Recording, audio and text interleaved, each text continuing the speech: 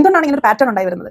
Normally സ്ത്രീകൾ trained ആണ്, ഇങ്ങനെ ഓവർ ഫംഗ്ഷൻ ചെയ്യാൻ ട്രെയിൻഡ് ആണ്, അല്ലെങ്കിൽ അവരെ ഇങ്ങനെ പുകഴ്ത്തുന്നത് ഇവിടെ എല്ലാ കാര്യങ്ങളും മാനേജ് ചെയ്തോളും, നന്നായിട്ട് നോക്കും. അപ്പൊ അതൊരു ഒരു ട്രെയിൻഡ് സംഭവമാണ്. നമ്മുടെ അമ്മമാരും അമ്മൂമ്മമാരും അല്ലെങ്കിൽ ആന്റിമാരും എല്ലാം ചെയ്ത് കണ്ടേക്കുന്നത് ഇങ്ങനെയാണ്. ഇതിന്ന് ഒന്ന് മാറി നടന്നു കഴിഞ്ഞാൽ എപ്പോഴും അതൊരു കുറ്റം പറച്ചിലാണ്, അല്ലെങ്കിൽ അവൾ ശരിയല്ല, അല്ലെങ്കിൽ അവൾക്ക് മാനേജ് ചെയ്യാൻ പറ്റുന്നില്ല, അല്ലെങ്കിൽ ഇത് ചെയ്തില്ലെങ്കിൽ അതൊരു സക്സസ്ഫുൾ ലൈഫ് അല്ല എന്നൊരു അങ്ങനെ ഒരു ട്രെയിനിങ് ഉണ്ട്, അങ്ങനെ ഒരു അടിച്ചേൽപ്പിക്കലുണ്ട്. അപ്പൊ അതുകൊണ്ട് മാക്സിമം ആൾക്കാർ വുമൺ മാക്സിമം ഇത് മാനേജ് ചെയ്യാനും ഇത് ഏറ്റെടുത്ത് ചെയ്യാനും, അല്ലെങ്കിൽ ഈ ഒരു പ്രോസസ്സ് അല്ലെങ്കിൽ ഈ ഒരു പാറ്റേൺ കണ്ടിന്യൂ ചെയ്ത് പോകാനും അവർ ട്രെയിൻഡ് ആണ്, അല്ലെങ്കിൽ അവരിങ്ങനെ അടിച്ചേൽപ്പിക്കപ്പെട്ട ഒരു പാറ്റേൺ ആണ്.